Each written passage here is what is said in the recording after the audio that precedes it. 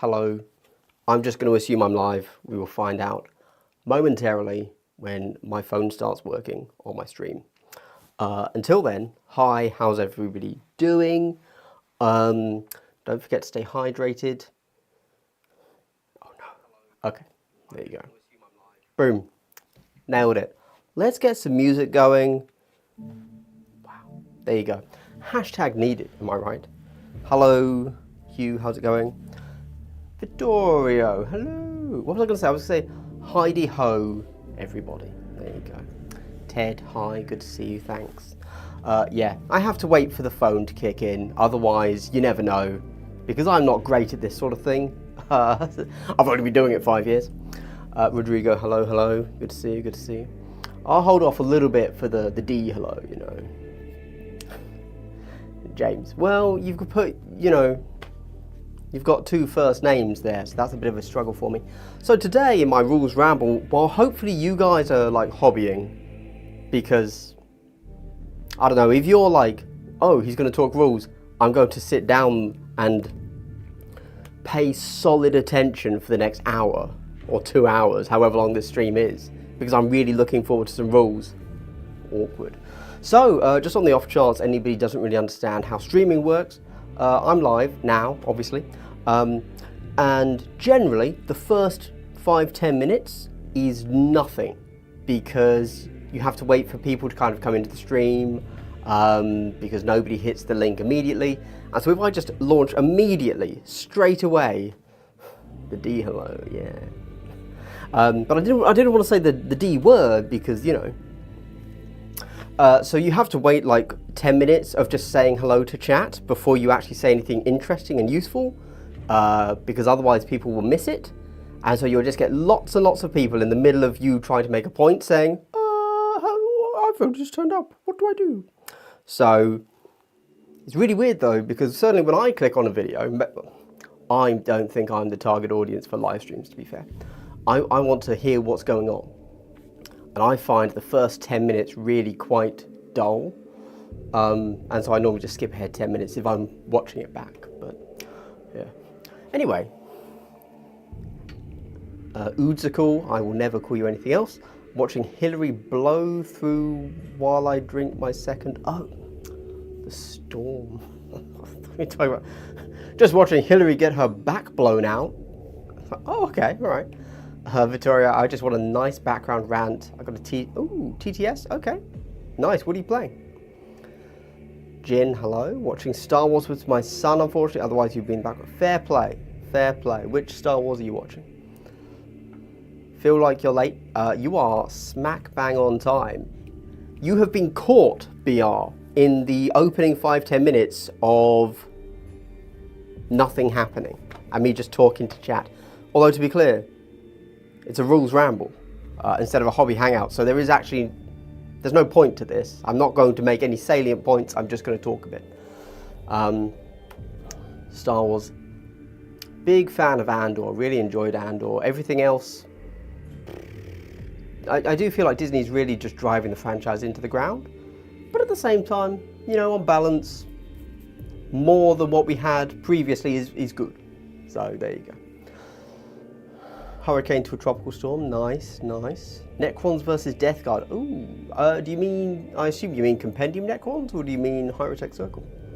Gonna hit, oh, double Lich Guard. Are you playing last edition of Kill Team? What? Episode 9, oh, 40k. I forgot that game existed. Oh God. that thought didn't even cross my mind. I was like, nah, can't be that. Episode 9, so it's something that needs to be endured. I thought the movies were fine. You know, popcorn, whatever. How's the rain? Any mudslides? Yeah, Jesus. Hawaii, right? Christ. Doing some kit bashing. Putting Sister of Silence heads and legs on Escher bodies. Okay, and debating whether to cover those glorious shoulders with shoulder pads. Interesting. Just for a moment there, I thought you were going to say on Scion bodies, and I don't think I've ever seen a Sister of Silence head on a Scion body. That'd look pretty sweet, actually. And it was great, yes. Podfit film near you. Cool, yeah, nice. It's always weird that they film things in England. They've been doing it for decades now, presumably due to wild amounts of tax breaks. But yeah, it's really cool. Serious Star Wars, best Star Wars, or maybe I'm just an adult now. No, it's the children. Yes, indeed. Indeed, yeah, I completely agree. Like, it's a kids' film franchise, but nerds are going to nerd. And we're going to say, no, you've got to do it serious. I need it dark and gritty. I actually hate dark and gritty reboots, and I think they're dumb. When it comes to novels. Films, hell yeah, man. Hell yeah. Chores, well, hopefully I can hit you with some less chore-like things. Mr. Nobody says hello, hello. Good to see you too. To all of the alcoholics out there, I do apologise, but that's England, right? All alcoholics. Nice. Deshipu, moin moin. Don't know if that's a random sound or if that's Polish, but hello, good to see you. Moin moin to you, sir. It's weird because stuff isn't usually filmed in Blackpool, so I think. So Blackpool was the beach where he goes after the first time, wasn't it? With the weird steps, I think, if I recall. Andy Tech Dad, evening fella to you, sir. The whole plot of episode 9 is nuts. It doesn't matter, does it? Oh, episode 9 is great. Like, step back, forget that it's Star Wars and that we all had expectations. Like, just, it's so dumb that, like, parts of it are just hilarious. So, in a way, pretty cool. Oh, the big Matt H, how's it going, man? Waiting for the Bright and Fabulous reboot craze to kick in. Yeah, well, hey, Barbie. Barbie's going to kick that off, right? So, we've just, Oppenheimer sucked. Who saw that crap? Barbs? Hell yeah. Ooh, are we going to get some real Kenergy, 40k Kenergy? The AdMech are going to unbox Ken and use that as their new power source. Talking politics. Who is at Warhammer World next weekend? Oh, so yeah. How he's understood things, I don't know. Yeah, kids, they don't need to understand, right? Need to rewatch 9, only watched it once. Fair play. I've only watched all of the new trilogy once, actually. It's not that I hated them.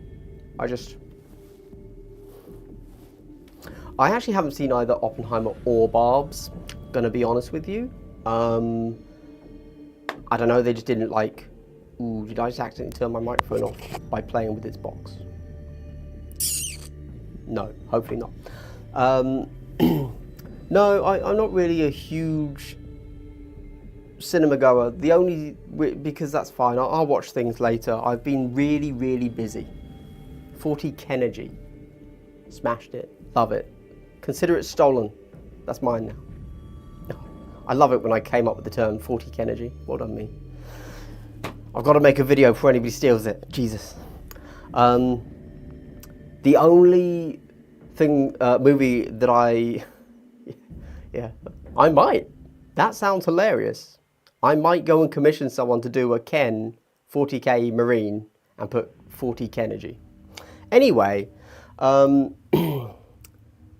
Dungeons and Dragons. That's the only movie recently that I missed that I care that I missed. Everything else, I don't really care about Barbie or Oppenheimer, so fair enough. My bad. I hear great things about the D&D movie, and now I'm kind of waiting till it comes out on streaming, because I still refuse to pay £15, which is more than the price of a cinema ticket, to watch it on a small screen.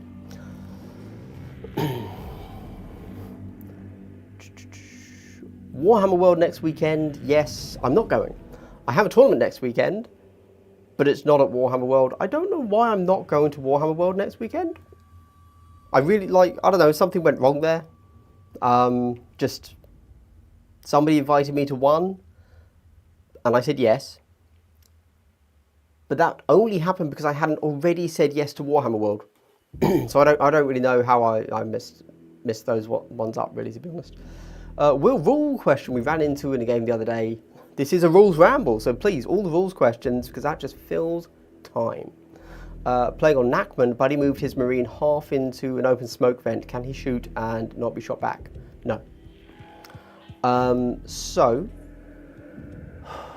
Nachman has different smoke rules to other ones, but My understanding of Nachman smoke vents, I would have to go and double check the rules, is it basically using that smoke you cannot get non-reciprocal shooting. So either you can be shot or you can't be shot, and you can shoot or you can't shoot. And they're mutually exclusive there. Or they're not mutually exclusive. They are mutually exclusive? Yeah, so I would have to double check that. I know that in the original writing of smoke grenade rules, it was possible to be super dodgy, but they FAQ'd that. But then Nachman smoke vents were already written in differently to how smoke grenade rules work. And I believe that they work and function the same, but they are subtly different. But you cannot cheese the smoke rules like that, I do know. Hence, it was never needed to be FAQ'd to be the same as existing smoke rules, because it's close enough. So yeah, there you go. Wait.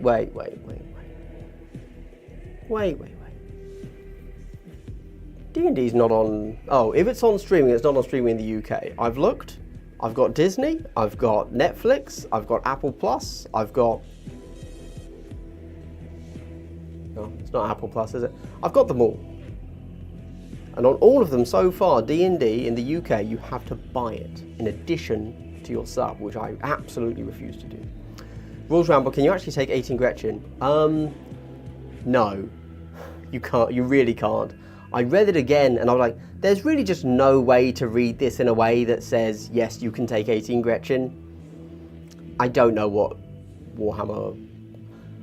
But part of me recalls that, okay, they did that quiz thing that said, yes, you can take 18, kind of.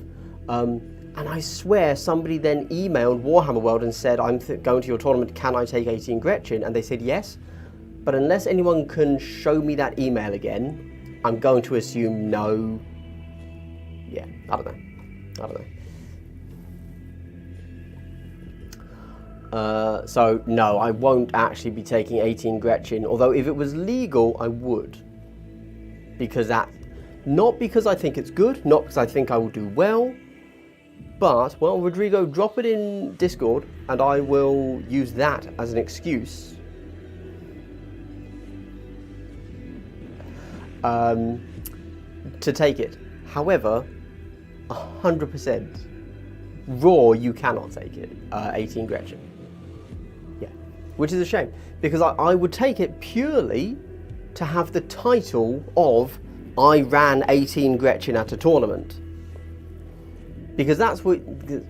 So despite not liking the game of 40k, I still consume the content, the creator content for it, right?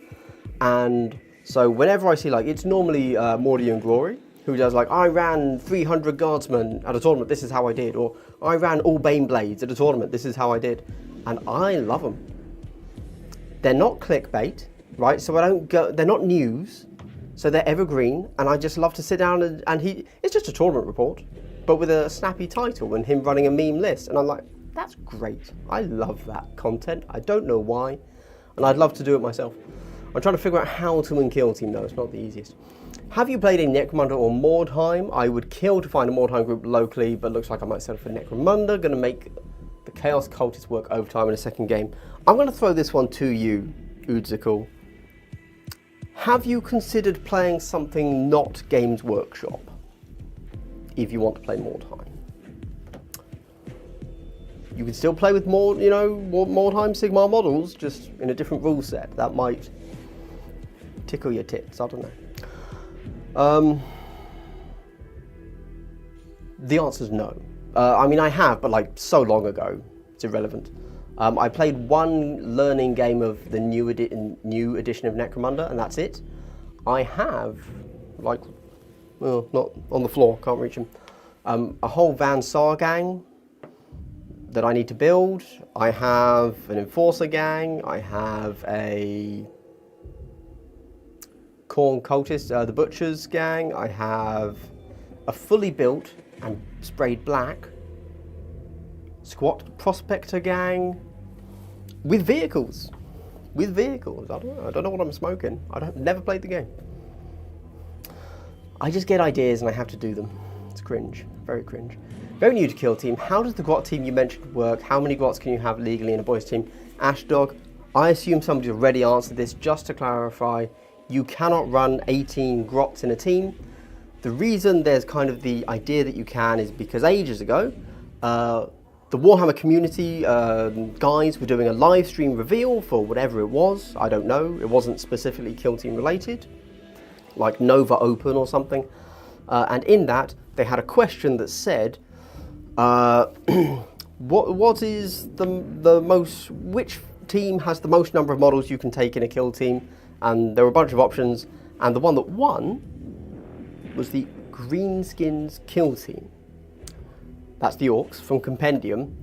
And whichever way you cut it, if you only take the legal amount of grots that you can clearly take, which is a maximum of 4, that would only put you at 12 operatives. How are they the most numerous? I don't know. So we all have to assume that means you can take unlimited grots. However, quite clearly by the rule, you cannot. It is a meme, yeah. My friend's bringing Tomb World to US Open Tampa Kill Team Grand Tournament. What are the chances of him winning a match? I'm going to say he will draw 1. There you go. It's the official prediction from Glass Half Dead. I thought so, just because you included it in your poll, I thought maybe I missed something. No. Well, as I said, I just wanted to run it because it would be a good title.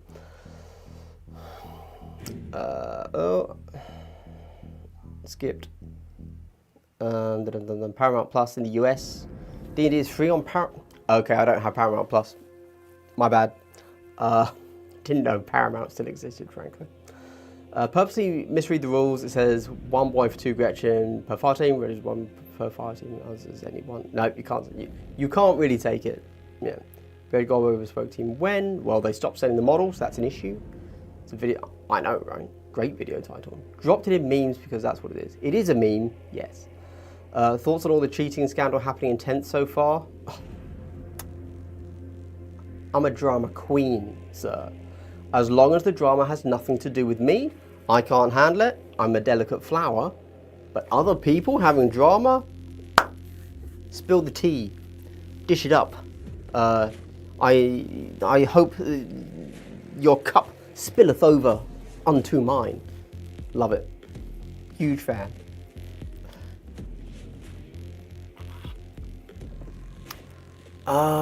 No, I don't, to be honest. So the problem with Necromunda and Mordheim is that they are going the opposite way of what I find enjoyable in a game. I prefer a game to be something that just happens to be occurring, as opposed to something that I've got to really dig in deep to.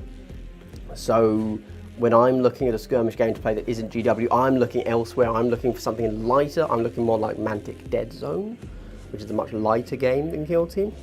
It feels like Necromunda, Mordheim, etc. That kind of way. Everything's a lot heavier, you know, a lot more ponderous, a lot more breakable, arguably, and doesn't really gel with me. If I was going to go that way, I'd probably play 40k, right? Not rules related, but anything specific you hope gets announced at Nova. Well, on the Kill Team, mainly. Don't know what, but something. How would you buff Tomb World and Stealth Suits? That's a great question, and to answer that question, I think it's very clear that if you're a subscriber to my channel, and if you have hit the like button on this video, I'd like to give you a big double hello. Wow, wasn't that so wholesome? Hold on, there's, wow, wasn't that so wholesome? Hey, if you like what I'm doing here, if you want to continue supporting me in other ways, consider checking out my Patreon, where I do other things as well. I can't do this live. I normally have a script to say this. Do things. Thank you. There you go. Right, I'll take this off. Boom. Amazing. How would I buff Tomb World and Stealth Suits? Well, Tomb World, just play Hyrotech Circle. Yep. Because thematically, you're getting a very similar thing with Hyrotech Circle. Like, Stealth Suits you don't get, right? You don't get Stealth Suits in Pathfinders, so I can kind of see a valid reason to want to, like, buff those and make them a thing. But yeah, I don't know, I feel like if you... just play High-Tech Circle if you're into Tomb World. To be honest, maybe that's a hot take. I don't know. Stealth suits, though, I'd love to see stealth suits buffed. How do you fix stealth suits? I don't know, like, to make them legitimately balanced, really difficult. But I guess step one is allow each stealth suit fire team to, instead of dropping a stealth suit for 2 drones, just add 2 drones to the fire team. So then you'd be 6 stealth suits plus 4 drones, and that will probably do it. Yeah. Have you looked into GNS theory? You're going to have to tell me what GNS means on that one. Just missed the double hello. Well, you know, unfortunately, time is a circle. I'm taking the Hive Fleet to Warhammer World next weekend. I love it. Love it. Right here behind the camera, I have a full Hive Fleet Tyranny kill team. Look at these. Look at these boys. Just. I don't care about my models, if you can't tell. Shit. Fuck. I can't leave them. Sorry. Right. Oh my god, I can't pick it up. There you go. I like Tyranids, they're fun. I am probably, maybe, taking Hive Fleet to the tournament. I'm going to as well. Undecided though. You want more Horde Skeletons, High-Tech is too elite. Is it? It's only 2 less models. Right? Good morning to you, Volpsnicks. Outside of balance, worst and best designed teams. Oof, okay. Somebody wants me to write a script before I answer this one. For example, Inquisition has many good, meaningful choices, even if it isn't the best extremely externally balanced. Okay.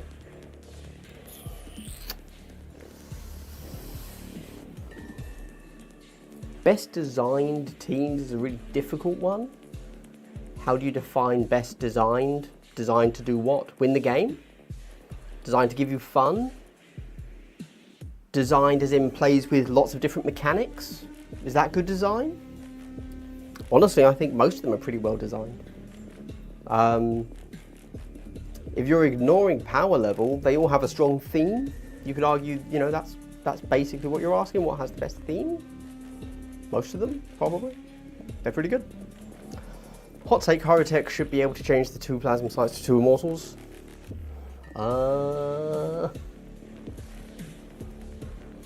Probably not. No, don't think so. You could argue that you should be able to swap 2 of them for 1 immortal, but then I don't think anybody would do that because the 2 plasma sites are pretty good. Stealth suits would be cool bespoke team. Yeah, I'd love them. And a ghost kill. Yeah, sure. I wish, if I was writing the rules, yeah. Just run 6 stealth suits as Phobos strike team. Yep. I recently saw a Phobos Marine kitted up as like in Tau stuff, Tau gear. It looked great. I actually then, stupidly, because I have issues, went and bought another Phobos team, the 3rd Phobos team I bought, and I'm going to kit bash it into Tau maybe one day when I want to do that. Who knows where NIDs are, it's crazy. Gamist, narrative, simulation, yes. I need to read up about that, to be fair. I haven't done the theory to really answer proper game design questions, if I'm honest. I'm currently very, very interested in it because I'm lost in life, and as my patrons know, Glass Half Dead is stagnating hugely, so I'm considering like other things that I can do with my life, essentially. Now that my desire to push Glass Half Dead to the next level, whatever that might be, is gone because it can't be done.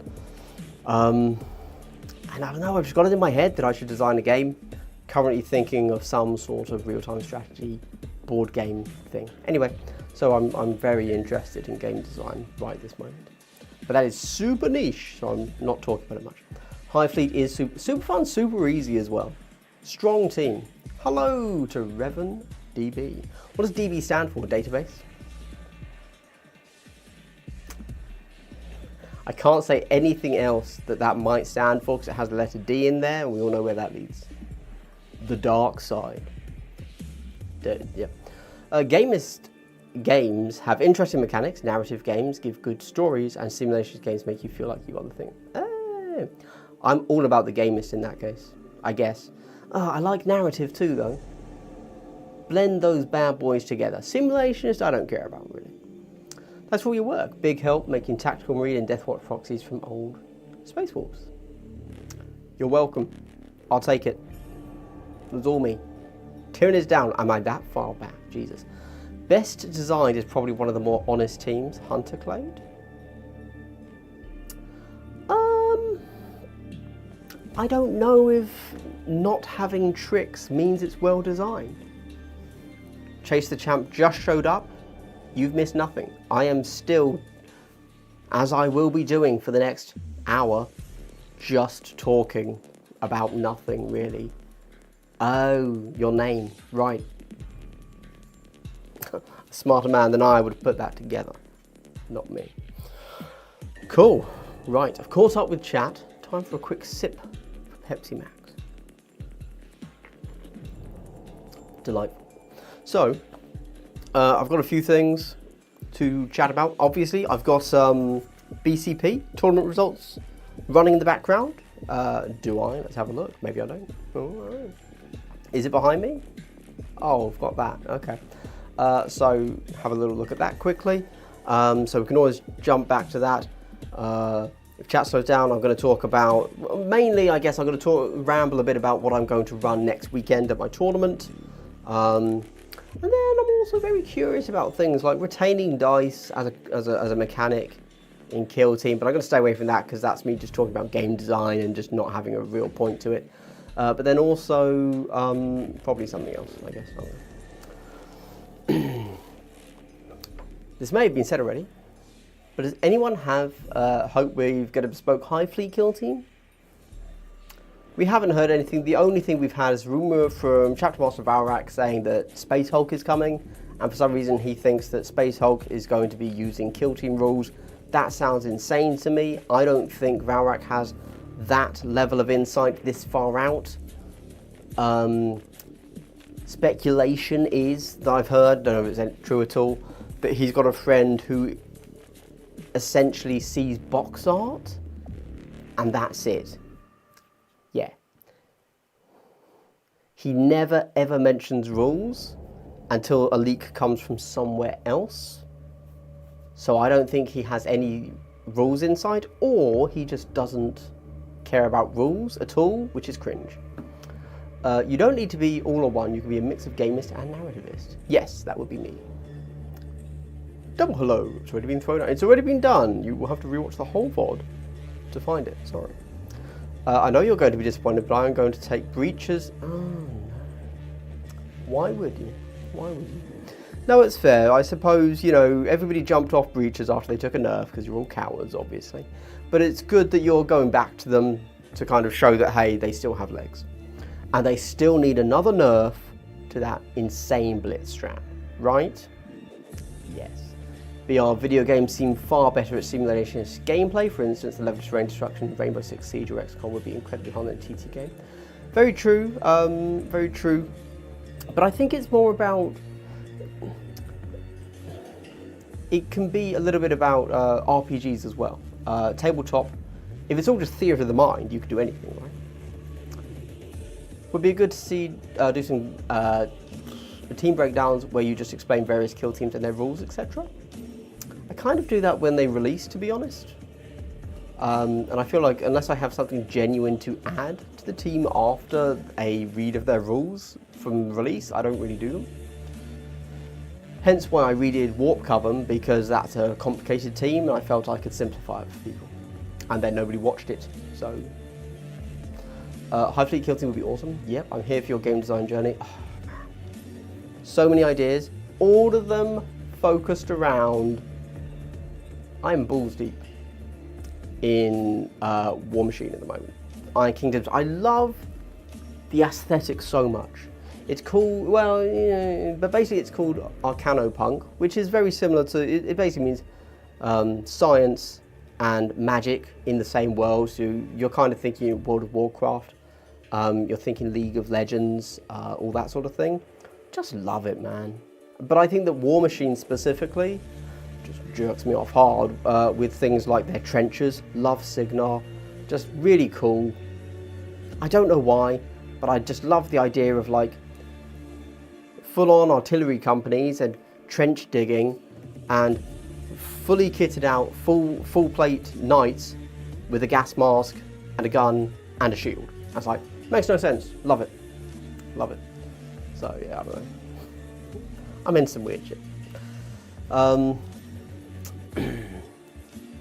edition, the assumption is next year in August, September. Yeah, we'll get Age of Sigmar 4th edition in like June. Give it 2-3 months, then we'll get Kill Team. That's the guess. And I don't think there's any reason to assume that wouldn't happen. If an elite class model were to be added to each bespoke team as an option, what model would you most want to see for each team? Oh man, I can't even name all the teams, let alone. Let's see if I can pick out a top 3, right? I don't know, because then I just think, oh, what teams are cool? So I'd love to see a flash kit in Commandos. I'd love to see, oh, you know what? You know what I'd love to see? Love to see a solitaire for Void Dancers, just to see what they decide those rules are going to be, because that'd be insane. And then, I don't know. I would like an Ogryn. It's a real shame we don't have many abhumans. But we've seen an Ogryn, a Chaos Ogryn, so it's not going to be too far off that, really, so that's a bit of a boring pick.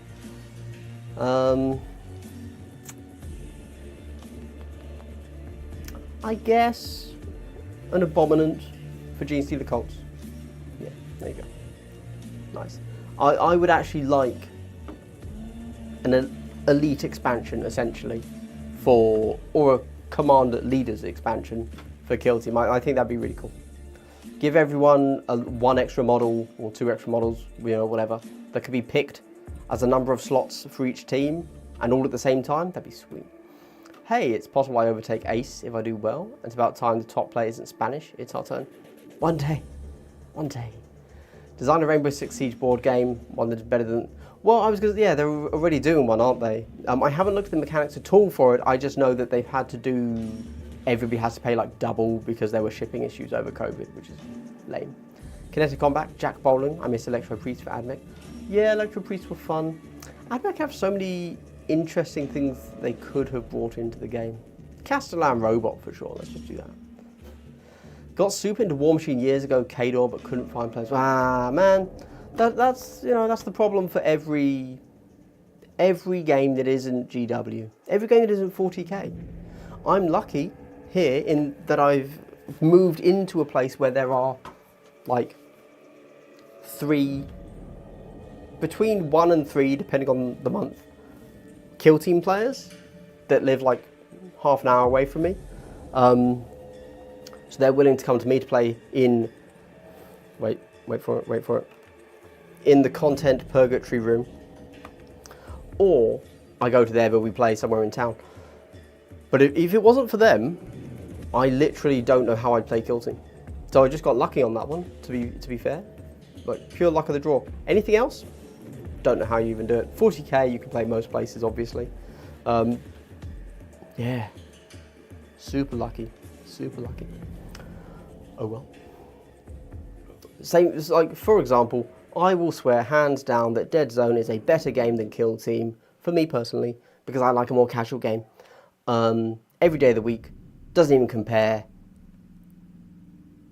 but I don't play the game, because there are no players. Yeah, it is what it is. I'd love to play some War Machine right now, because I'm super into the vibe, but I know it's a really in-depth game. I actually quite like the 2d6 system. You know, there's a lot there, and at a basic level, War Machine's quite fun.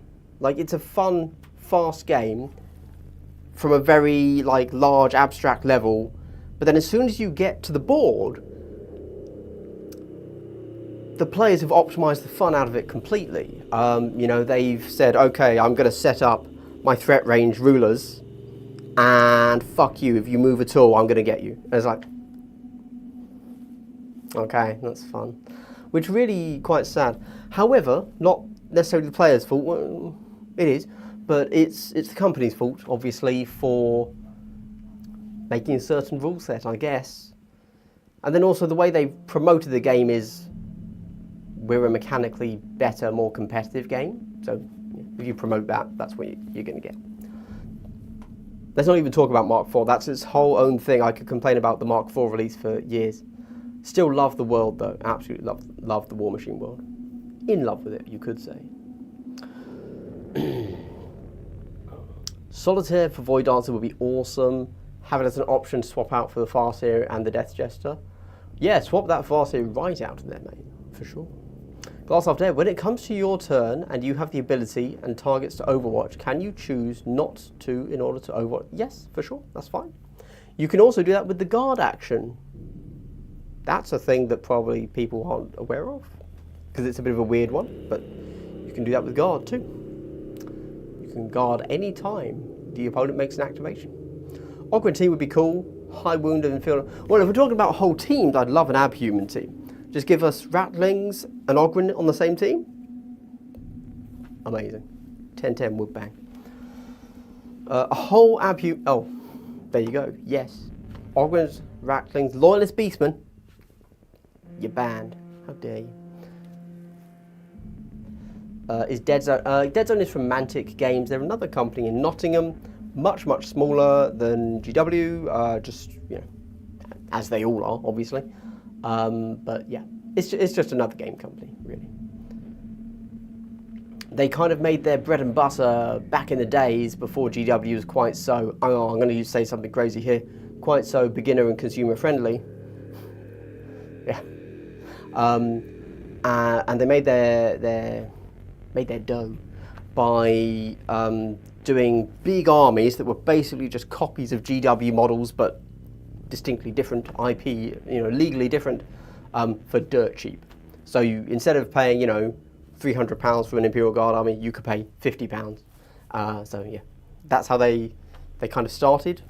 But then they've also got, coincidentally, an amazing skirmish game, in my opinion. Very different to Kill Team, just to clarify. I personally prefer it because I prefer a more casual game. That doesn't mean it's better for everybody, obviously. Have you seen the Gundam table? No, I have not seen that, actually. No. I assume it's just a bunch of weebs saying, oh, radar doesn't work. Can you tell that's all I know about Gundam? Warcry is a great casual game if you want a higher pop. Still can be hard to find players. Yeah, Warcry. There's a catastrophe, am I right? I agree, it's fun, fast game. Again, we can talk about Games Workshop conventions and the way that they create rules that are all relatively similar despite being different. They will have a very similar core ideology. As soon as you go outside of that, you run into very different conventions from different companies. And every company has kind of picked their core. If you play our games, we will put this set of mechanics into every game we do. The core ideology of each company is quite different. I would genuinely recommend checking out games outside of the GW stable just to see how other games do it. For example, I can't be bothered with an example. Let's keep going. I'll never catch up. Unless you are the guy and start a community in your town, yes, exactly. That is so difficult. I did it once before in the last edition of Kill Team. It was a real struggle. I don't have it in me again, to be honest. MTG, D&D, yeah, you can probably find those everywhere. I do feel like finding card games is much easier than tabletop games for very obvious reasons. And I should pick up a card game. It's my bad that I don't. Like, it should be a thing that I play on a regular basis. Second for Warcry, yep. Hey, Age of Sigmar models, some of the best out there. Great stuff. My dad is wondering whether to take Hyrotech or Star Strider to Warhammer World. It's going to be mixed, and he worries about Hyrotech's ability on ITD. Any advice? When I think of Mr. Guy, I think of the one thing that you haven't seen, Mr. Dan, Master Dan, which is while you were playing Wallace, I stuck my camera in his face and I said, "How do you think it's going over there?" And he said some words that were very touching, but I never made that video, so you will never see that. Do I have advice? So I'm not sure if I play Hyrotech Circle in the way that other people play them. So it's quite hard for me to say. I play very aggressively with them on the kind of assumption that I will come back to life, and I kind of use that quite a lot, which means I'm also potentially not the best player. I'm too aggressive, and if I just don't roll well, I'm not in good positions. So I'm probably not the best person to answer because I actively know that I don't play well, because I prefer to play aggressively, which is bad. Unless I roll well. And if I roll well, people are like, wow, he's really good. How did you do that? I'm fucking diced you, mate. So, yeah, Hyrotech Circle have problems with Into the Dark. There you go. I don't have much else to add. Yeah. I guess, you know, you are a naturally durable team. I guess the benefit of Into the Dark is that if you're always running, accept that you're always going to get shot when you're out in the open, because you don't have the speed to get to where you need to be. So you're always popping your one retained dice, whether you're in cover or not. Take full advantage of that. Start moving to places that are dangerous. You know, change your mind pattern. They're no longer dangerous. Because you are getting your cover save anyway. You're retaining that dice no matter what. That's actually very good. And then chances are you're always going to be within 6 as well, because obviously you're fighting in rooms. So you're always getting a reroll. In attacking, you're always getting a retain. In shooting, like, yeah, I don't know. It's not a bad team. It's not a bad team. But I don't know how to use the Alpha Strikes quite so well with Into the Dark. And if I'm honest, again, that's my crutch. If you take that away from me, if you take away the ability to move really fast and like get a guaranteed kill, I don't know what to do. I'd just be lost. So, yeah. So what do you think is coming next? Scouts versus Scorp? Yeah, that's my assumption. Don't know. We still only have Varak rumors. We assume, guess, hope, that at Nova Open they're going to do a reveal, and that's what they're going to reveal. But I don't know. I just can't find anyone who plays fantasy anything here. Rip, everyone is into the sci-fi. Interesting. If I may muse for a moment. Fantasy is the better genre because there's a lot of inherited knowledge. If you say someone gets hit over the head with a sword, you don't really need to explain what that does to somebody's head or to the sword. But if you say someone gets shot with a laser gun, you have to define a lot. You know?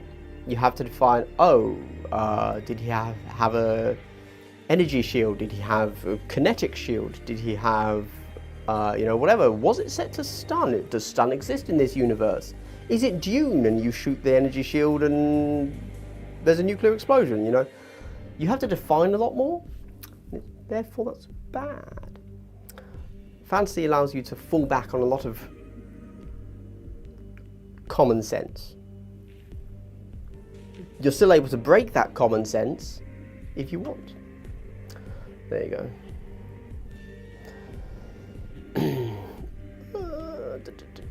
Sorry, got to scroll up. Did you enjoy Shatterpoint? Yeah, I love Shatterpoint, so it was really good.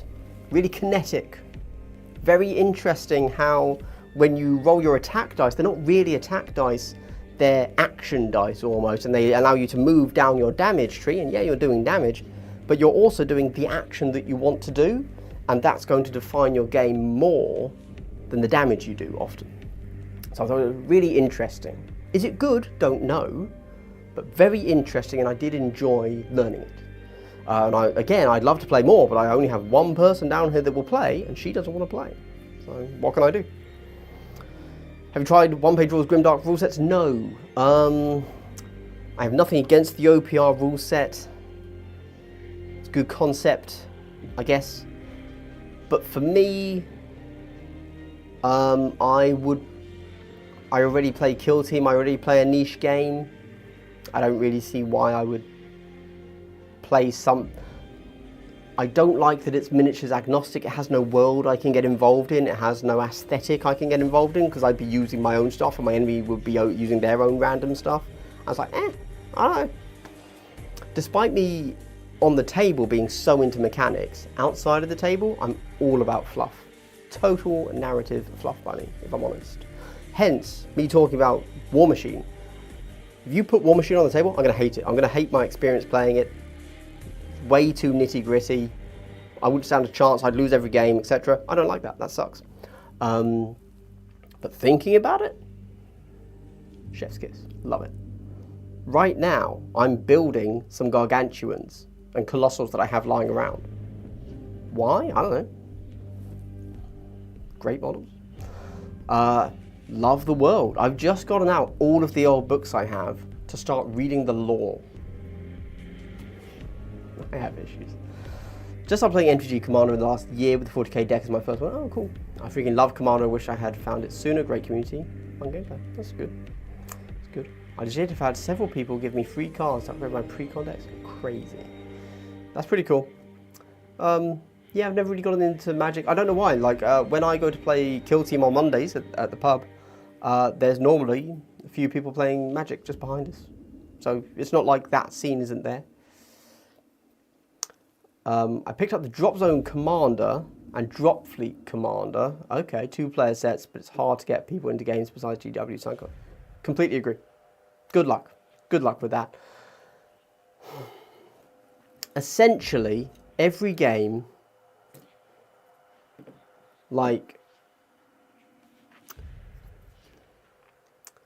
every game that isn't GW stands no chance unless you have a group of friends and you just meet up and play. Then you can play anything. But if not, it's pretty much all GW. Which is what it is. Any ideas for cool grudge tokens? I just use the 40k grudge tokens. Flexing on you there. Oh, you know what would be fun? Here you go. It's coming to me now. Off of Etsy, you can buy like 3D printed books. Right, that normally people would think they'd be for a D&D library or maybe a 40k librarian.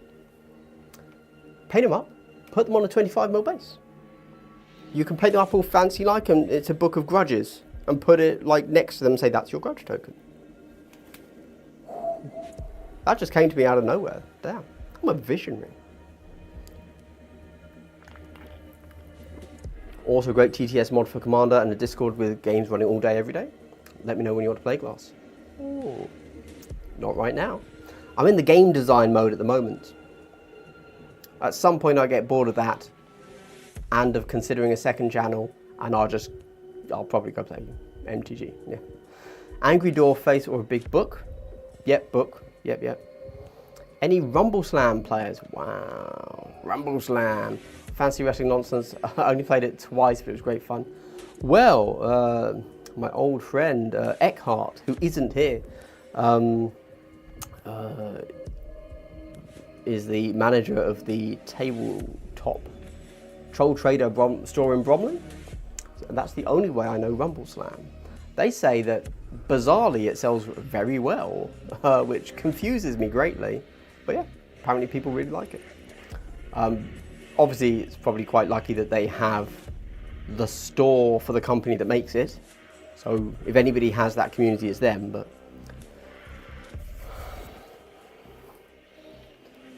Underworlds is great, not many players. Yeah, I would like Underworlds to be bigger. Yeah, that could be something I'd like, actually. It's got board game, you don't have to measure distances, which I love, by the way, that's just a thing. Lots of models. I'm not really a card deck builder guy. That scares me initially, but I could get over that, that's fine. And I could learn to play it properly. But yeah, just nobody plays it. Underworlds is great, not many players, yep. Fancy, have you tried Middle-earth? Nope, never played it. I had somebody at work actually explain to me how it works properly 2 weeks ago. Pretty sure I was asked this last stream as well. It sounds like something that would be interesting. I just don't care about Tolkien's fantasy world much. As I mentioned very briefly earlier, actually, you know, the trad fan, traditional fantasy, trad fan, doesn't really get me going that much. You add a gun in there, I'm like, oh shit, boy. Oh, hashtag freedom, am I right? I don't know, don't know why. I guess because I was brought up on Warhammer the Old World, and that is what I can, and Warcraft, and that's really what I consider as being like proper, fun, good fantasy to me. And then anything that doesn't have guns, I think is old. I don't know. Maybe that's why I don't like Game of Thrones. Who knows? I have weird tastes. Do you have any tricks to start seeing obscuring better? I have played about 10 plus games thus far and I still miss them.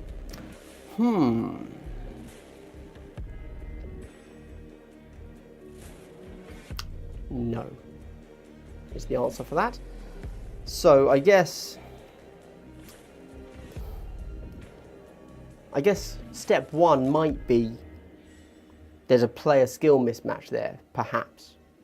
Because, I mean, okay, you know, the kill team sphere, consumer-based learning resources have evolved since I learned the game. Because obviously I learned it I was like one of the first people to learn it because I had the box before anybody else, right? And I luckily had Wes, like the lead playtester, help me learn it. So that was lucky. Did I just turn my microphone off? I need to put this somewhere else because that's going to mess me up at some point. So things have changed a lot, but sorry, you're not talking about non-reciprocal, you're talking about obscuring. I was about to answer non-reciprocal.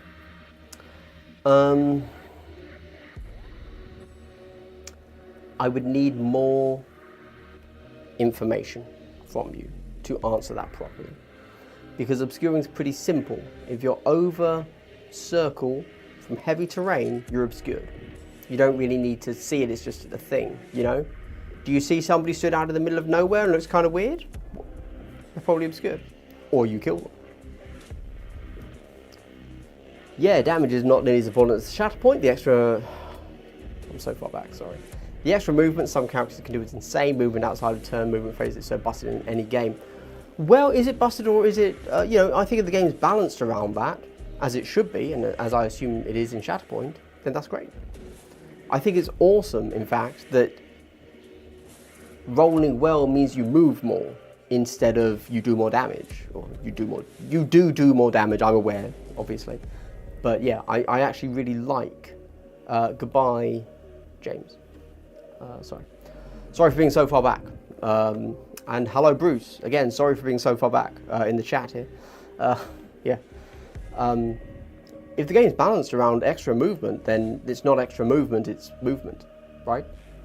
Now, if it's busted, then obviously they've done a bad job balancing the game because that's a very, very, very core mechanic of Shatterpoint. But yeah. Jerry. And here we go. That fantasy combat is great. That's why I prefer modern shooters to sci-fi shooters. I pick up a weapon in Apex Legends. I need to figure out how it works. Pick up weapon in COD. I know what it does. Oh, fair enough. Yeah, you know what? I hadn't really considered modern shooters as aligning with the if you hit somebody over the head with a sword, what does it do? Yeah.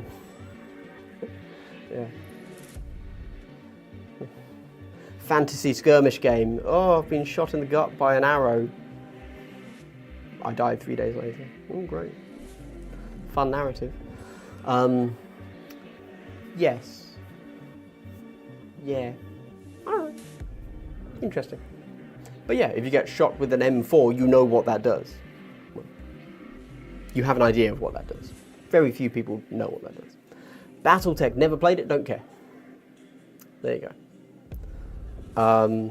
Don't know why. Not really into the mech designs, if I'm honest. I've looked at them. Again, I'm all about cool stuff and what I specifically find cool. And the mechs just look a bit bleh in there for me personally. Nothing against them, you know. Like, I grew up on Mech Warrior. I really enjoyed Hawken. Like, there's a lot of stuff out there that's cool. There's what is it? Armored Core 4 or whatever is coming out soon. I will almost certainly play that, and I'll say, oh, these mechs are so cool. But even with Armored Core 4, and if I'm honest, Gundam, Neon Genesis, all that stuff, I don't think the mechs look that good. Yeah. Same thing with Tau. I don't think the regular Crisis battlesuit looks good, but I love the idea of battlesuits. Yeah, I don't know. Farsight looks cool, but does he really, or do I just think he looks better than a regular battlesuit, which I don't like the look of? I don't know. Mompok is really cool, but again, well, Uzical, you should be a big Mompok boy, you know. You've got Privateer Press right over there near you, over in Seattle. America, it's all near you. I don't know. That's like you saying, oh, you live in England, you live in London, right? It's like me saying, yeah, Seattle, that's like West Coast, isn't it? I've seen you once in Vegas, therefore you probably live in the West Coast, so, you know. Seattle, baby. Obviously, I only know Seattle from Freezer, aka the best sitcom ever.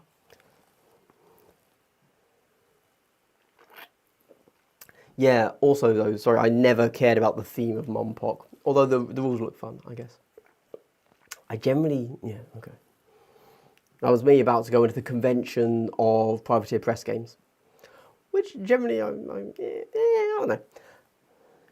Thank you for the idea of Book of Grudges. If you don't use it, I will. So, have you ever thought about starting 40k 10th with Combat Patrol? I have played several Combat Patrol games, Baz. Yes, hello as well.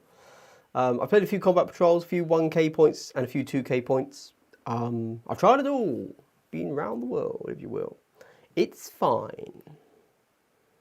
I don't like it. I prefer 1k, if I'm honest. If I had to go, if I had to play 40k, God forbid. 1k so far is the format that gels the most with me. Fingers crossed, I will enjoy another aspect of it at some point, but so far I have had my most fun with 1k games. But that's not enough for me. I have to do 2k games, otherwise it's pointless in my opinion. Because as a content creator, I need to make content. How do you do that? You find the community. Where's the community? It's for 2k games. Nobody cares if you play a 1k game. I might as well just do it in the mirror. It's masturbation.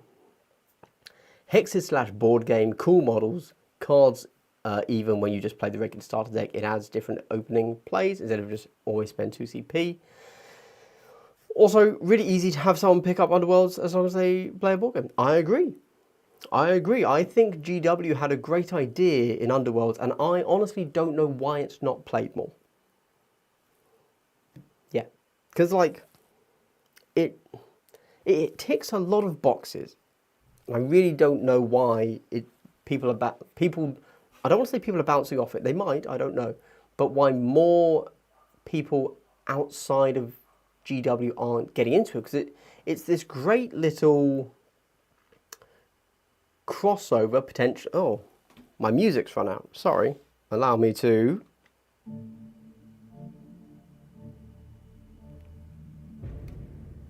Nice. It's this great little cross-market thing that could get both board gamers and tabletop players all doing the same thing. It should, by all rights, be one of their biggest games, but it's not. That's cringe. Cringe, mate. Society, we have cringed. Easy entry with a bit of space for ceiling. We all like a bit of easy entry, am I right? I'm sorry. Johnny, hello, everyone good? We are all good. What are you drinking today? I hope it's water. I'm on Pepsi Max because I've got to be on top of my game for this stream. As you can tell, I'm firing on all cylinders. 1. Rules, that's my cylinder. You guys should be doing Hobby though, let's be clear.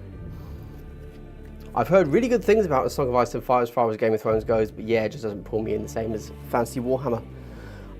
Yeah, I agree. I would have agreed. Until about 6 months ago, I was just vibing some fantasy, and I was like, no, not Sigmar, it's a bit crazy. And I looked at the Song of Ice and Fire miniatures, and you know what?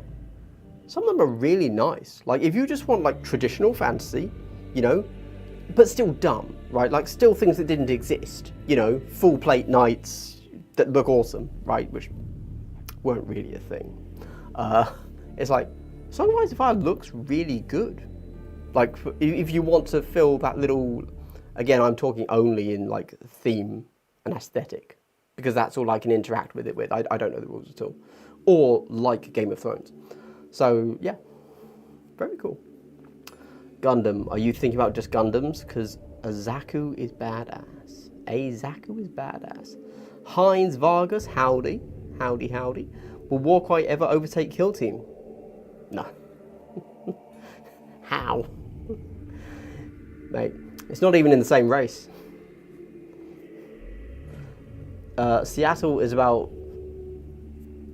Oh, wait, sorry, I'm going to play around with the with that little bit first. You see, Warcry stumbled at the first hurdle. Kill Team is doing a 100-meter sprint. Like, you know, maybe Warcry fell at the first hurdle because Kill Team is playing shot put or javelin and hit Warcry. Am I right? Boom. You're welcome. Okay, bit over. Let's move on. Let's move on. Seattle is about 4 times further from me in Los Angeles than you are from Paris. So jump on a train. Take you 2 hours. You're there. It's easy. You guys have good trains, right? It's fine, so you don't really like big 40K system? No, not really. I find it really dull. I can expound upon that infinitely, but yeah, right now I'm not really enjoying it. I mean, the current state of 10th isn't great. The current state of 10th isn't great, I agree. I think the core rules are good. However,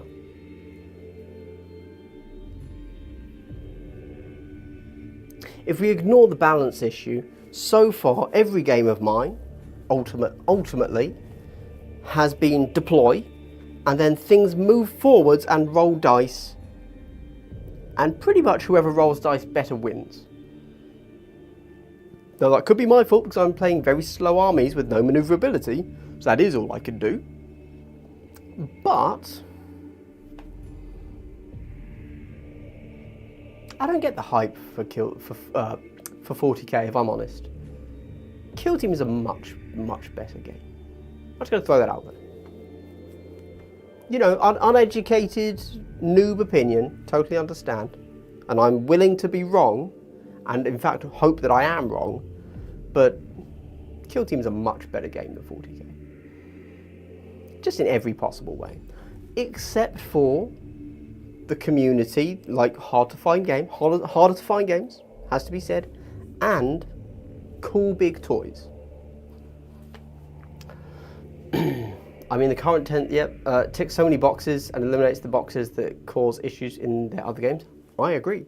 And now that they fixed the terrible classic, I'm not surprised GW did it, obviously. Many card games do it as well, and I know that we like to crucify GW, but it is what it is. Unfortunately, they started the whole sales model out by you have to buy every single box to get the cards for your deck, which probably a mistake in hindsight. I think that they should have viewed it as a consumer-friendly way to get people into their IP and their universe. You don't know till you've messed up, obviously. Is what it is. Ah, such a shame. Such a shame. Yeah, whatever. Thoughts on fizzy water? Big fan, actually. So, fizzy water, there's something in it. I think that ain't pure water. There's gas, obviously, I'm aware of that. But I think there's like a little bit of salt or something. They give a little bit of spice to it, that's for sure. I quite like it because, sorry to my US guys here and my Europe guys, but in the UK we can drink from the tap, okay? No questions asked. Anywhere in the you can drink from a tap, just happens. No problems. And that was a joke, just to clarify. Kind of true though. Whenever I go abroad, I'm like, can I drink from a tap? Many places are like, don't do that. Which is weird. Like, that's genuinely weird. Moving on. So you know, you've got tap water, if you will, on tap. So being able to change it up, why would you buy bottled water, which essentially is just water, when you can just have it for the tap, right? So when I get bottled water, I like to get a bit funk with it. Don't go with like flavored water. You know, they've got like Volvic that does like a hint of a touch of or whatever. Don't sully yourself with that. But yeah, I think that for what is still just technically pure water, sparkling water is a nice change. And I wonder why my channel's dying. Yeah, A Song of Ice and Fire has some cool rules. It's rank flank with a sideboard kind of thing too. It's got solid gameplay. I've never played it. Sideboard. Love a sideboard. It's insane to me that 40k doesn't have a sideboard roster mechanic. Absolutely crazy. Yeah, I don't know what they're smoking on that one over there. Maybe 11th will be good. Let's see, you know. All Warcry had to do was be kill team with fancy models and they screwed it all up. So I'm gonna push back on that one, dude. I think that really, Serkan, you know, I think we can all agree that when you're at a tournament, number one thing you need, hydration. So I'm just giving you that tier list of tap water, bottled water, fizzy water. You're welcome. Big sip, that's right, Tika. I would argue that actually Kill Team should have just been Warcry. Why would I say such a controversial yet brave and true thing? Because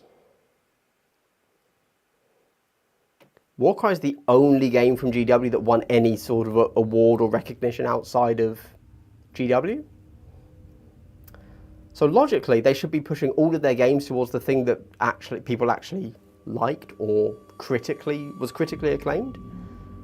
So kind of in a way it's good that we didn't get it, because for whatever reason it didn't kind of, I don't know, that's a weird one, isn't it? I'm surprised that after Warcry, maybe it sold terribly and so they specifically said don't do Warcry. Yes, Warcry won outside recognition from, you know, I don't know, some thing. I don't think it was Game of the Year, but it was like Best New Game of the Year. I don't know, something like that. So yeah. Most countries I've beaten claim you can drink their water, but it always tastes like chloride. In Denmark, we have actual clean water. All right, mate, you're flexing a bit too hard here. I just said that we're allowed to legally drink the tap water in the UK. I didn't say it was good or not taste of chlorine. No, so I've actually never been to Denmark. I'd love to go, because why not, right? So close, why not? When I go, I would have to, I shall drink plenty of tap water and tell you how it's going. How do invuln saves work in Kill Team? A friend had an issue with it the other day against Deathwatch. Invuln saves are super easy. Firstly, if you know anything about 40k, forget that. Not how it works here. We work slightly differently. We work slightly better. Okay. Invulnerable save. So you're going to have, let's say, a 3-up normal save and a 4-up invuln save. Okay. If you get hit with a regular weapon, you have a defense of 3. You're going to roll your 3 dice. Now, you could theoretically say you're going to roll on your invuln, but you never would. Tap water by country tier list. I'll do it one day. However, sorry. So you're going to roll your three dice because your defense 3, needing that 3-up save because you're a marine, whatever, right? Cool. Suddenly you get hit by a weapon with AP 1. So you then have the choice. You can take the AP 1. What does AP do? It removes one of your defense dice. That's how we modify our armor saves in this game. very, very rarely, ever? Very rarely do we modify the number on the dice roll that you need to roll. Instead, we modify the number of dice that we get to roll. And that's where we're playing with our defense and our AP and our invuln saves. Okay? So, you take that AP1, you can either roll 2 defense dice needing a 3 because you're a Marine, or you can say, I'm going to go the invuln save, and that means you get to still roll all 3 of your defense dice, but you have to roll the worst invuln save, which is a 4 up, 5 up, whatever it is. Okay? Very simple. Suddenly you're hit by AP2. Okay, so now you've got the choice. Either you can roll your invuln save, which is going to be still 3 dice, but at the worst number, or you can roll, because it's AP2, 1 dice at the better 3 up number. And there you go. Simple. Yeah. Pro tip, if you ever if you're behind cover, that still interacts as normal with an invuln save. So if you're ever shot by AP1 and you have a cover save, a retain from cover, always use your invuln. There you go. Likewise, generally the maths tends to work out in that if you're hit by AP1, you should still roll on your normal save, just roll the 2 dice. If you're hit by AP2, always use the invuln. There you go. Generally, roughly. Yeah. Interesting that this new Warcry season got more sculpting resources than Kill Team, 2 all new teams and terrain in each big box. Well, Warcry started out as all new teams, didn't it?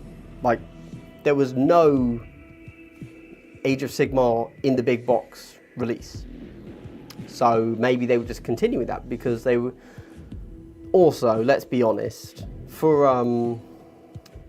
Sigmar, they really are just going all out with all the sculpts, right? Like, it's just a better looking game, to be honest. So yeah, you've got all the Underworld's awesome sculpts, you've got all the Warcry sculpts, questionable, but like some people like them, and yeah, very good.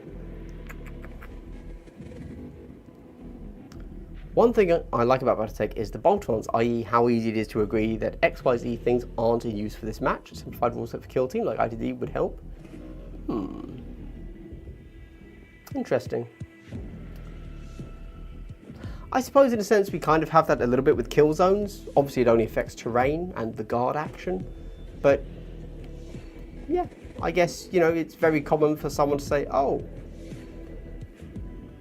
in this battle we're going to use doors. That happens very often, you know, we're going to use scalable, we're going to use scramble. Or no, we're not going to use scramble, that's just light. But yeah, I see what you're saying, it'd be interesting. I think that we don't really have many, outside of terrain rules, we don't have many optional rules. It's terrain rules and guard, and that's kind of it. Yeah. Shooting the sheep says, not surprising, all the best sculptors do AOS monsters more creative for you in fantasy. Yeah, probably. Udscore has a good one, which I will get to in about 20 minutes, Jesus. I'm very slow. Huh, I did not know they were allowed to pick and choose projects like that these days. I don't know. The rumour I have, and have heard, as I assume most have, is that the reason Underworlds is so bombastic, maybe, is because they're letting the new sculptors have almost like complete free reign as like a tester to see how well they do, and like a learning project. I don't know if that's true, but you know, they get a design brief and then presumably just said, now make it so good that we can't fire you, I guess. Whereas everything else, I imagine, has to be very, very by the book, you know? Yeah. Well, you don't have to fit things in rank and flank anymore, obviously. Soon you will, but yeah, I imagine everything else is much, much stricter requirements. So, sorry, where did it go? Sorry. Hines. Scenario, you have to play Kill Team for a year with ELO rankings. Which faction? Oh, Christ, I don't know.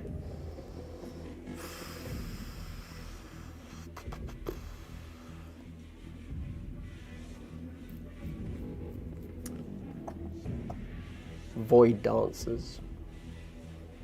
Yeah. because I don't really like grinding out games, but if you've got an ELO, you probably need to do that at some point. And Void Dancers, because they all have Fly and 3 APL, you can kind of ignore a lot of external factors and just play them identically every time, pretty much.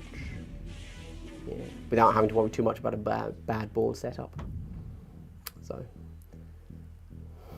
picking a team for autonomous repeatability probably isn't the best reason, but yeah. BR, you can always play casual games with, that is true, for sure. I'm going to throw this out there. I enjoy games when you don't have TAC ops. Don't know why, they just seem more fun. Yeah. Like in 40k, that as a more beginner player, it's great. I can just move forwards, roll dice, right? But even in Kill Team, it's just like, yeah. No TAC ops, suddenly, this is pretty easy, pretty cool. Thank you, Master. Suimase. I'm guessing to be fair, but retaining their talent requires them to allow the freedom to choose the more your experience. Fair enough. Specific question surrounding the Legionary Kill Team. Can I use the tactical ploy Veteran of the Long War on a shooting attack I made with my crack grenade? Oh, okay. I'm going to have to crack out my thing and find out. Because I don't know.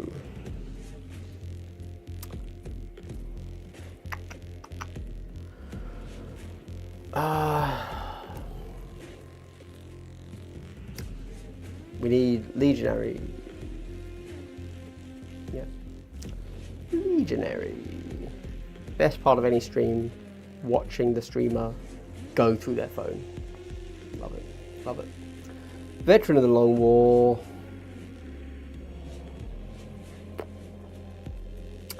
Use this tactical ploy during a friendly Legionary Octave activation after it fights in combat or makes a shooting attack. If the target did not lose any wounds as a result of the combat or shooting attack, repeat that combat or shooting attack. And now I'll read your question. I had a situation where my opponent argued that because the grenade is limited, it can't redo its attacks, but in my opinion it could be re-rolled because it's basically a shooting attack. Oh, this has come up before. Was this not FAQ'd? I'm going to say check the FAQ. I feel like that was answered. Because oh, maybe it was just a debate that was had in the Discord. So I think that, like, super strict raw, they're probably correct. However, consensus is that it should be allowed. Rye? And the raw isn't watertight enough that rye has to be followed. Raw has to be followed, or maybe it focused around the difference between a shooting action and a shooting attack. So, a shooting attack made with my crack grenade. Pass. There you go. If it was my tournament, I would allow you to use Veterans of the Long War on one of the attacks in that blast sequence. You could not re-roll everything. That would be insane, obviously. But that's just me. My friend group and I recently started Kill Team, having a hard time with some of the details of cover, mostly in figuring out if a unit in cover is a valid time. Oof. Watch my tutorial. Genuinely, my line of sight tutorial is, in my opinion, the best line of sight tutorial out there. Just because I phrase it in like a fun, kind of silly way. We follow Daka Boy through an assault course as he looks at different targets and whether or not he can shoot them. I think that makes it quite approachable. I promise you that the cover isn't actually that complicated. And honestly, you could play it like 90% by just gut instinct. Do you think you could do it? And you really wouldn't be that far off how it's meant to be played. But right now, without any practical examples, I can't really give you a better rundown, to be honest with you. It is doable though, but also at the same time, a lot of people struggle with the line of sight rules. Genuinely, the line of sight rules in Kill Team are too much. They're a bit of a mess. They do make sense, and they're usable. They work. But this problem comes up so much. Even now, 2 years into the release, all new people struggle with it.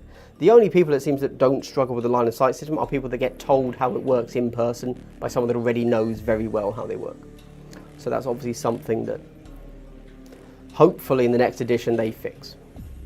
Thoughts on the initial nerf to Custodes? Do you think they could go back to 4 APL now with the current meta strength of teams? Yes, I do.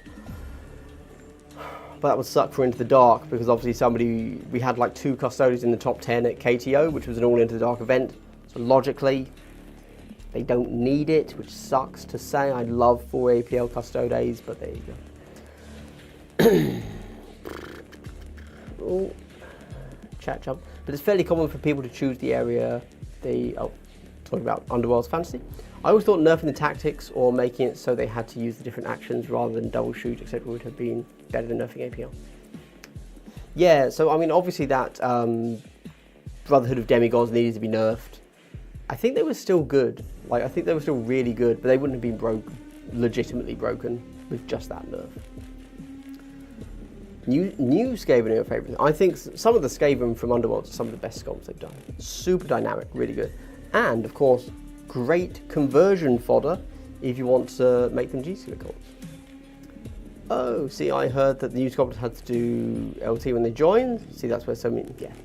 It's all just speculation, right? It's all just people guessing. I heard that Season 1 Warhammer Underworld was supposed to be a low price, easy to build set of collectible kits by the till to lure in the new customer and manager team when seasons. No. Haven't heard that, could be. Not sure it's true, but I guess we'll just talk making things up, so it's possible. I had always, and it is possible obviously, but I had always kind of heard that Warhammer Underworlds was one of the rules designers like baby, and they absolutely love it, and it's the thing they just love to design more of, but unfortunately it doesn't sell, suckily. So, I don't know, who knows which came first though, chicken or the egg, right? No TAC ops or only generic TAC ops that everyone has access to.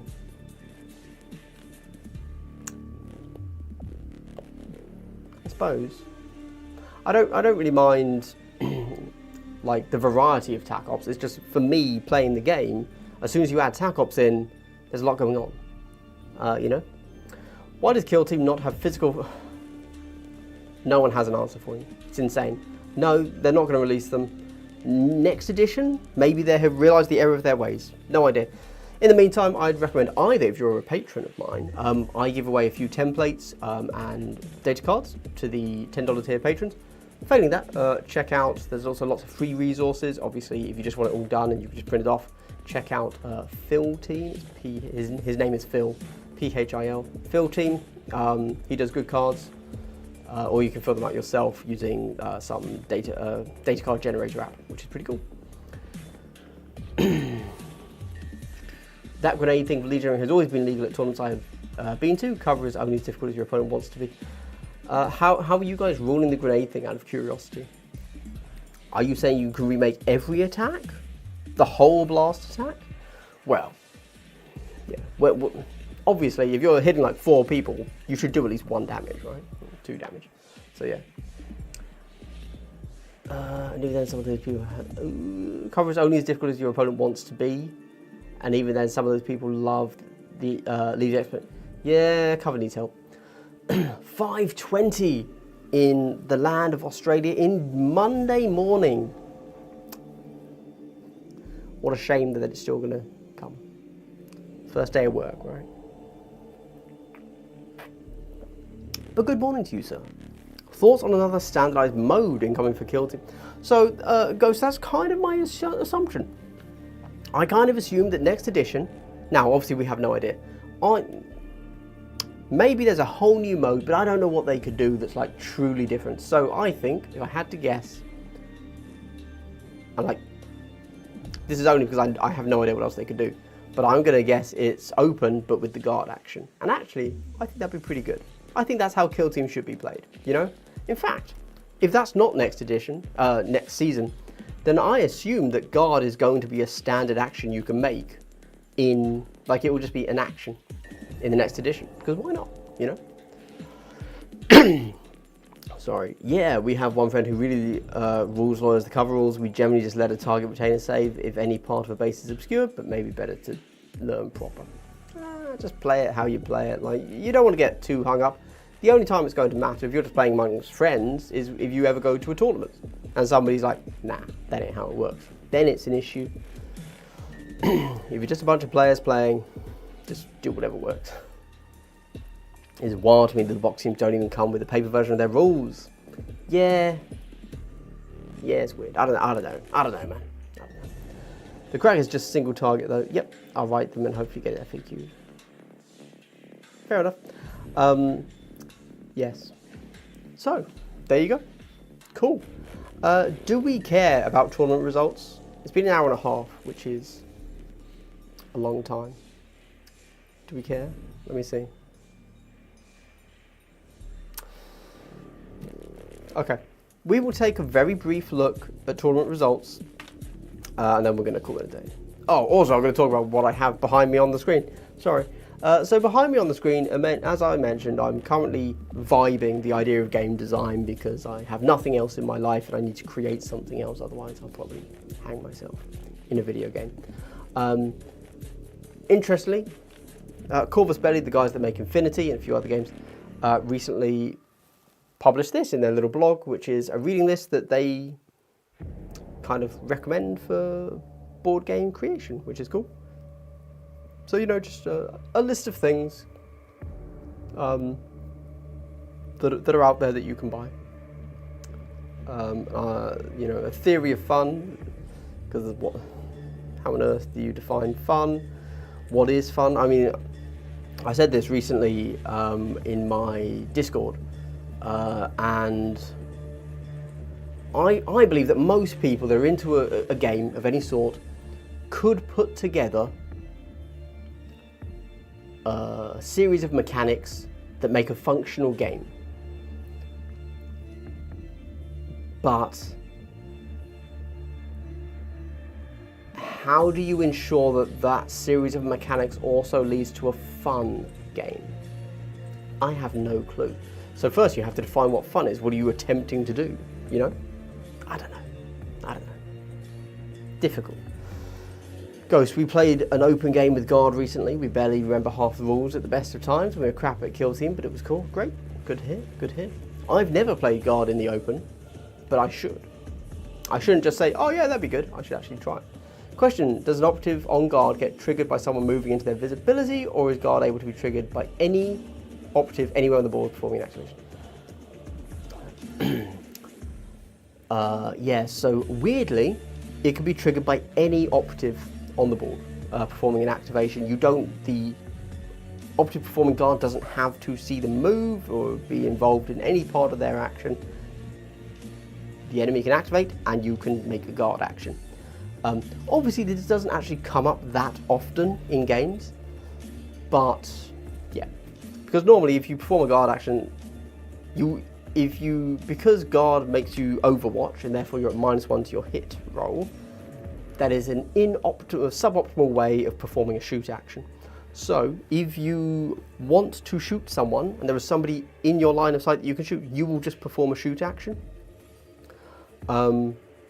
Very, very rarely are you going to have somebody in your line of sight and say, yeah, I'm not going to shoot them, I'm going to Guard. And then later say, okay, I'm going to shoot now because you'll be at -1 BS, right? So, yeah. In reality, it doesn't actually come up that often, but yes, that is how it works. What about track target action and Guard action? Is it possible to use both while op activation? No. So, I don't even know how that would work. Track target is basically Guard, but better. Would it work? Let's have a think. So with Guard, as soon as you perform any other action, and I assume with track target too, with Guard, you lose the Guard status.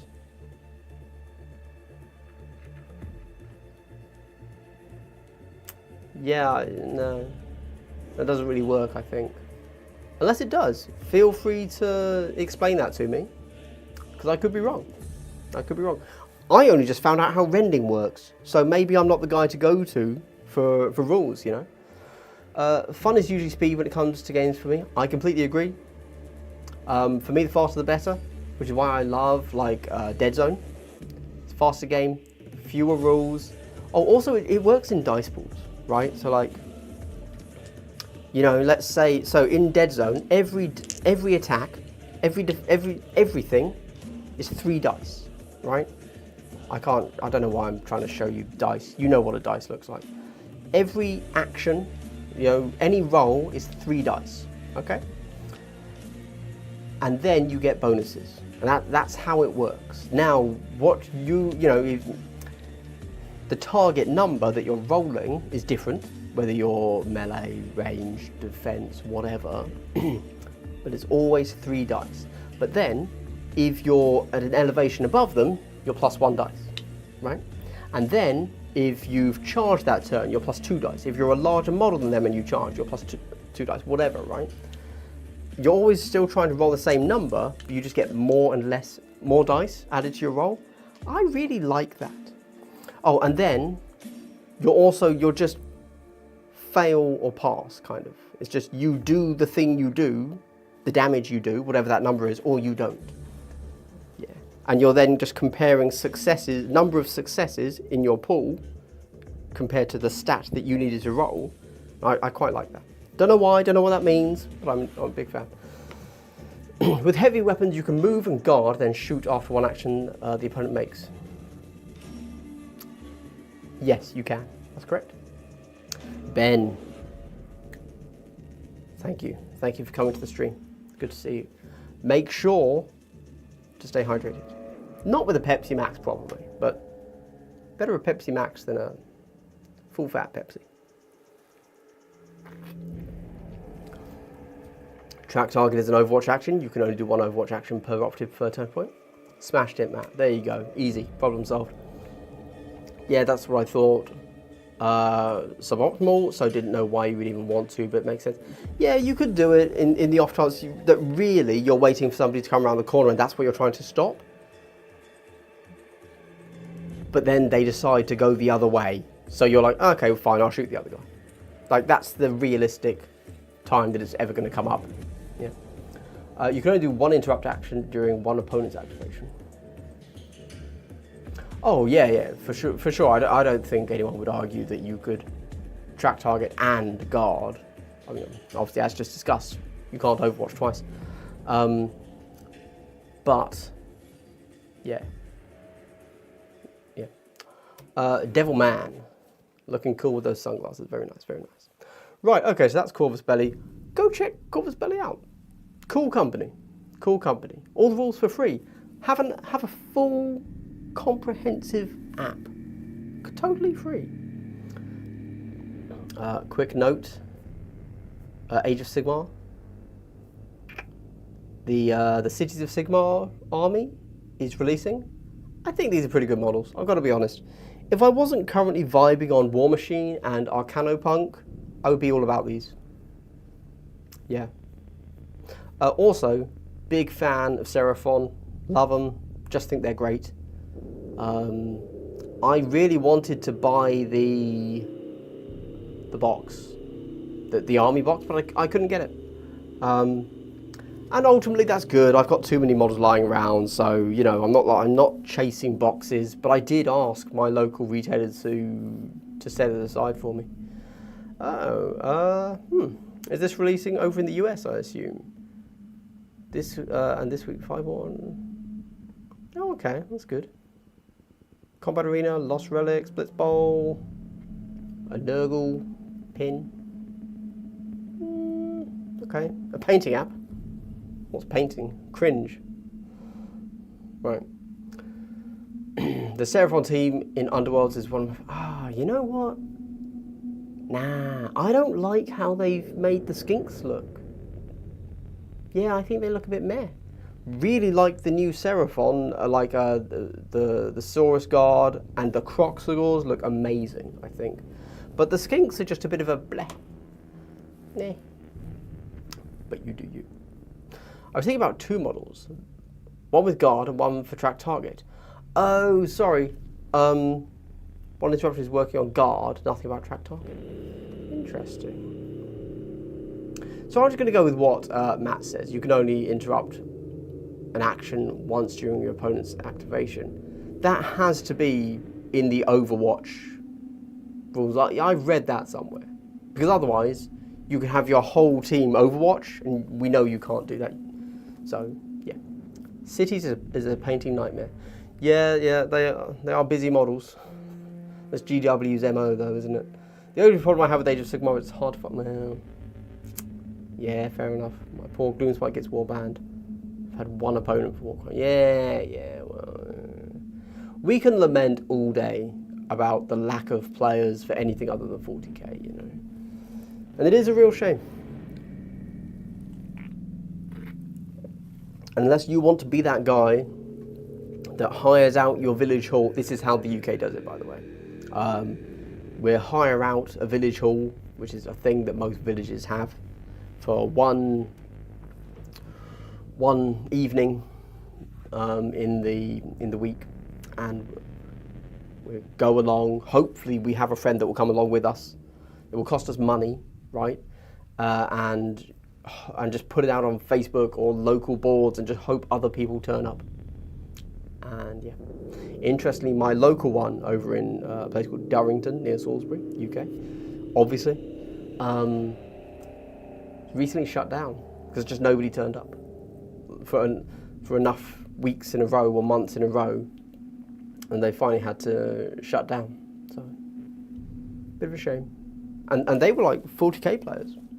Just not everywhere has a scene, you know.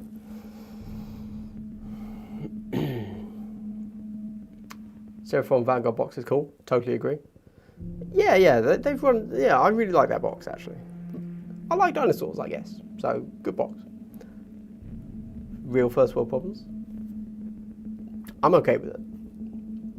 I can barely handle first world problems, so let's not give me a third world problem, right? New kill team player here. Hello, midlife MTB. What do we think MTB stands for? Midlife. Can't say that word. My tiny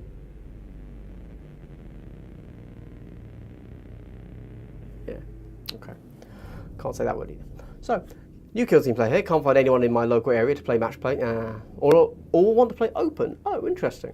Got 11 kill teams now, only 2 painted. Can't find. You know what? I've never heard that issue before. What do you mean they only want to play open? As in, you mean they don't really want to play with tac ops? They just want to play super casual? Because normally, I would have thought it's match play on narrative, but you're saying open. Weird.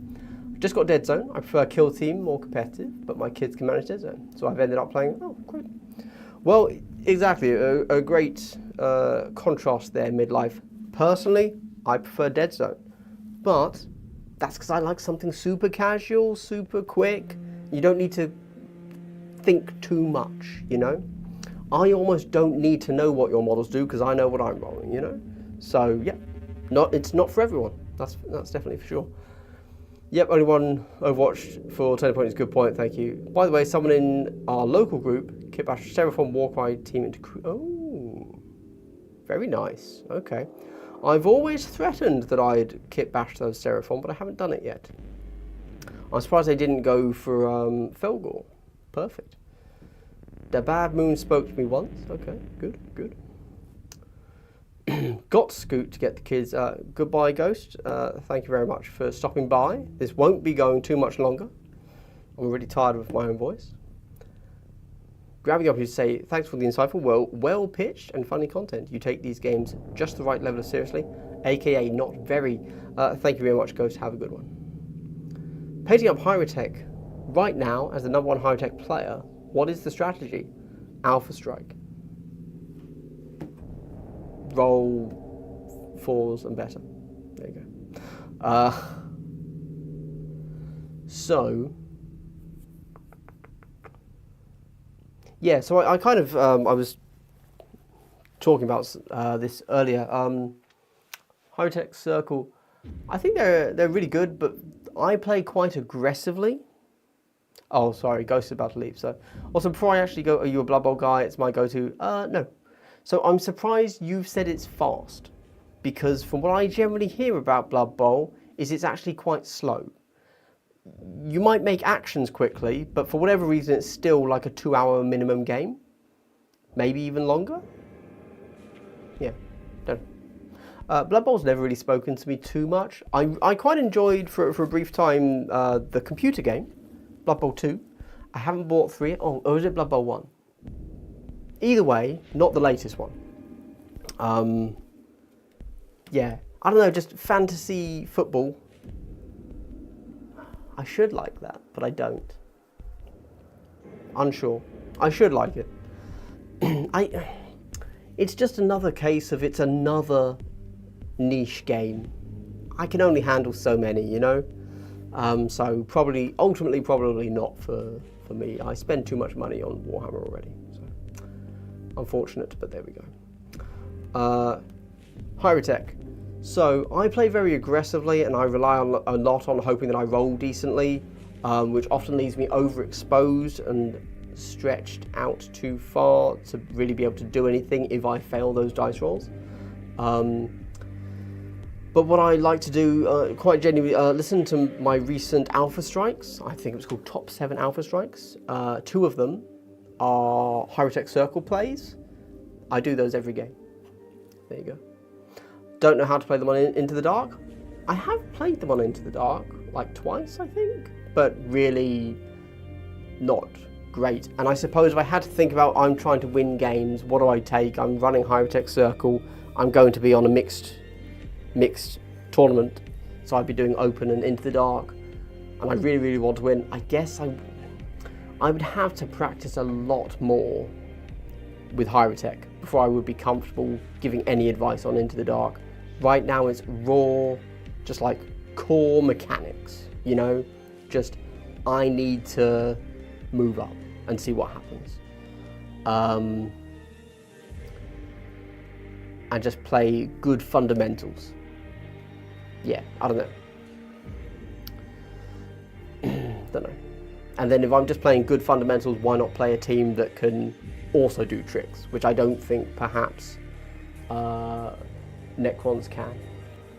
Yeah. Never played Blood Bowl? Oh wait.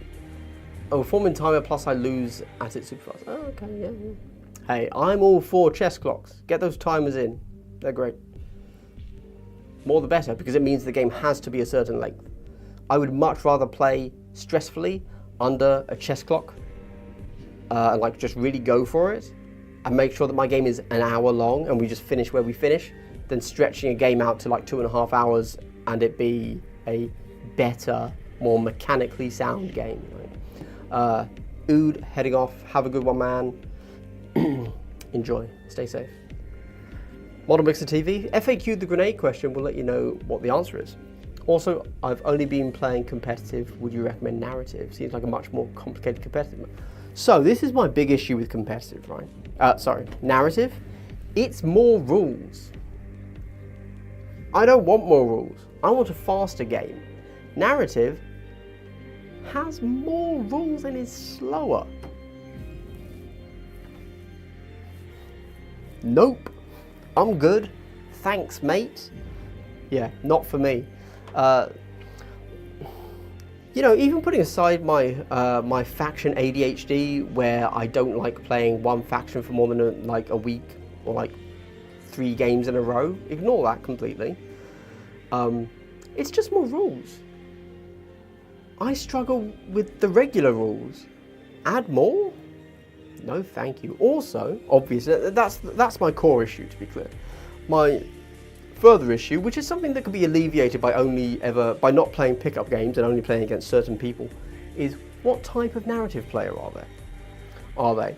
Now, this comes up a lot in D&D, and you know, I'm glad it does, because it makes me feel like I'm not quite as crazy and like stigmatizing of narrative as as I was before I kind of accepted that D&D does it too, is are they min-maxing? If you think about D&D, there are people that they create their character and they pre-plan everything, and they want to make sure that, you know, they can go into they can multi-class at level 4, and then, because that means by level 12 they do this particular combo, and you know, it's this dumb thing where they have a reach of 4 and every attack they backstep 5, so therefore they can never be hit. And it's like, that sucks.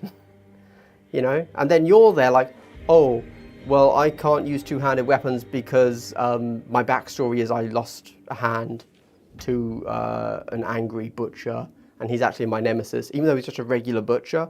But like, he's not like good. He doesn't have like big stats, but he does like a lot of emotional damage. So when I'm around him, I'm always at like minus ballistic skill because of terror, you know. And so actually, I have a phobia of all butchers.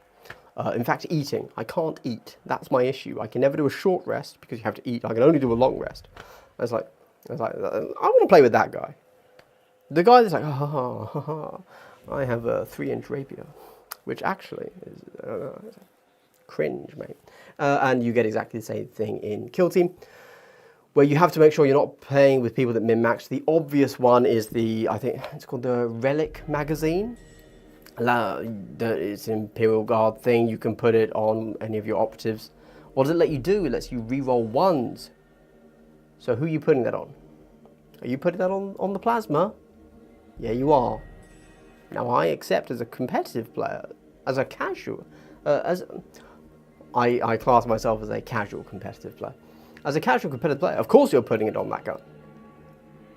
As a narrative player, why are you putting that on that gun? You're min-maxing. Cringe.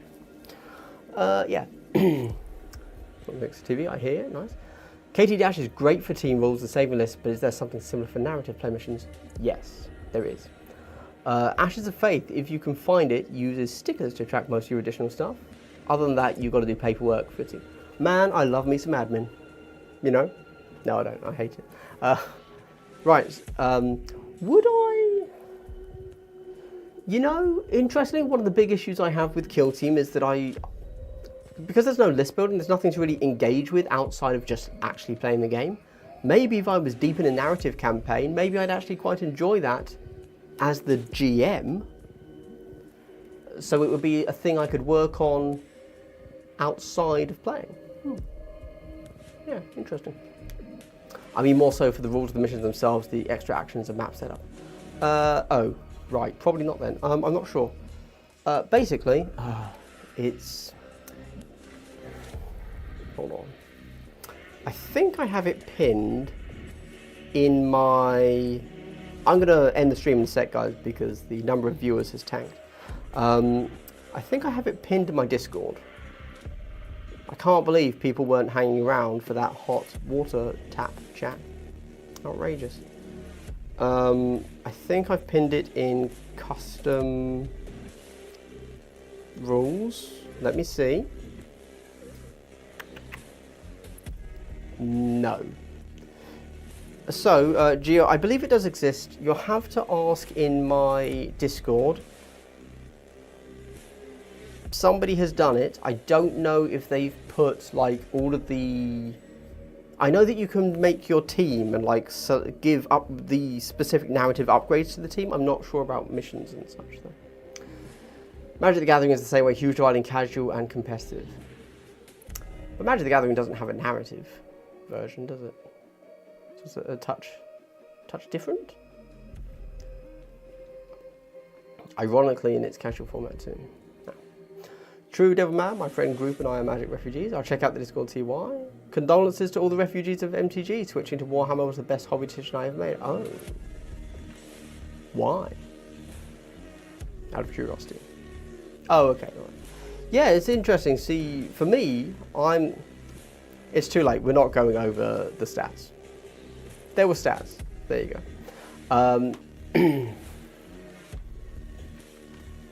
Why is water always too warm from hotel taps? Is it? Am I missing something? No, you're probably right, actually. Yeah. They obviously, a hotel has to get its hot water situation sorted, otherwise, you know, that's a killer. That's a killer. But for cold water, yeah, it's always just lukewarm, isn't it? Thanks for the stream, love the vids. Thank you very much, Model Mixer TV. Yeah, for me, I'm almost thinking, even Kill Team's too long of a game. I'd like something shorter, hence me looking at like Dead Zone or something, or Underworlds. But yeah, why not MTG? Why not a card game? Why not Pokemon? When I was like 14, I loved Pokemon. I had all of the original 151 cards, because I was a gangster. Why not go back to that? I don't know. At all, in fact.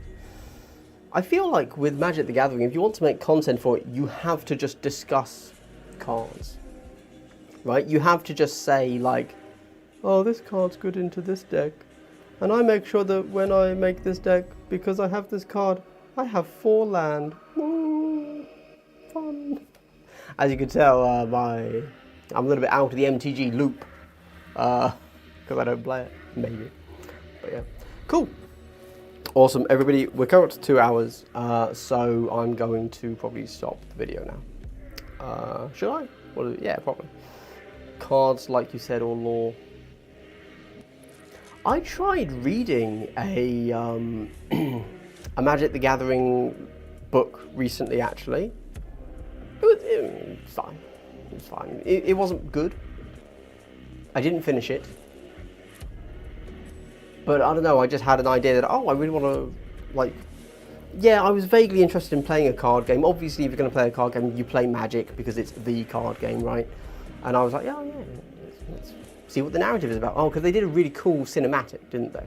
Like, yeah, nice. And then, I don't know, it was just relatively subpar.